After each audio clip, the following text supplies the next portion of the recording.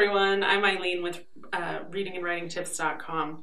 In this video I'm going to talk about how to use cards for outlining your stories and how that can be beneficial both in the traditional and virtual formats. So stay tuned to find out why I think everyone should use cards for outlining.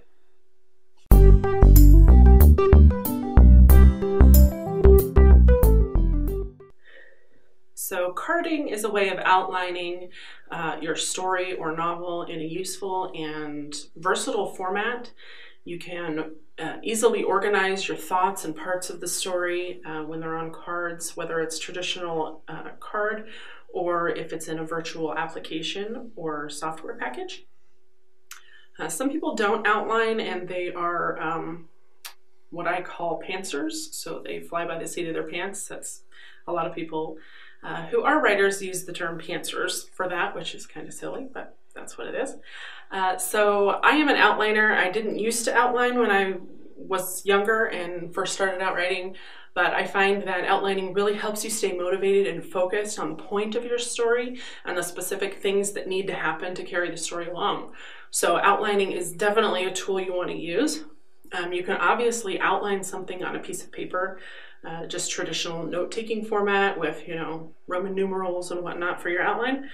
Carding really helps you organize those thoughts. And so if you were to use the traditional paper format, obviously you can just use regular index cards with pen or pencil, obviously writing utensil of some sort.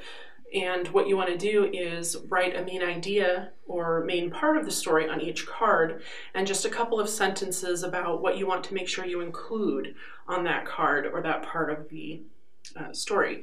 So for longer novels, for example, I will write a card for each chapter and I will write the word count that I want to achieve in that chapter, the minimum word count, and then I will also include 3 to 4 main ideas for that chapter that I want to make sure that I include. So it really helps me structure, especially I use the 3-act method when I'm writing novels or short stories, as a matter of fact. And so when I'm writing those chapters, it really helps me keep focused and motivated on what I'm trying to write. So that when I take the time to outline on the cards, when I finally sit down, I have the cards in front of me and I can just go chapter to chapter and remember exactly what I wanted to have happen. The other thing about carding is that you can easily reorganize your ideas. So for example, if you wanted something to happen in the beginning of the story and as you're writing it occurs to you that it would fit better towards the end of the story, you can just move the card to the back of the stack where you want it to appear, whereas if you had written it down on a piece of paper, you'd have to draw arrows or cross it out and write it again or something like that. So carding allows you to reorganize those things easily and keep them in an organized and structured way.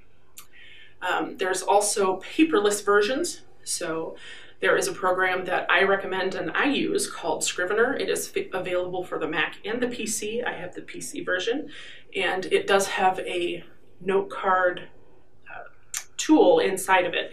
And when you're writing, you can open the note cards on the right hand of your screen so you can see your notes about the chapter as you're writing.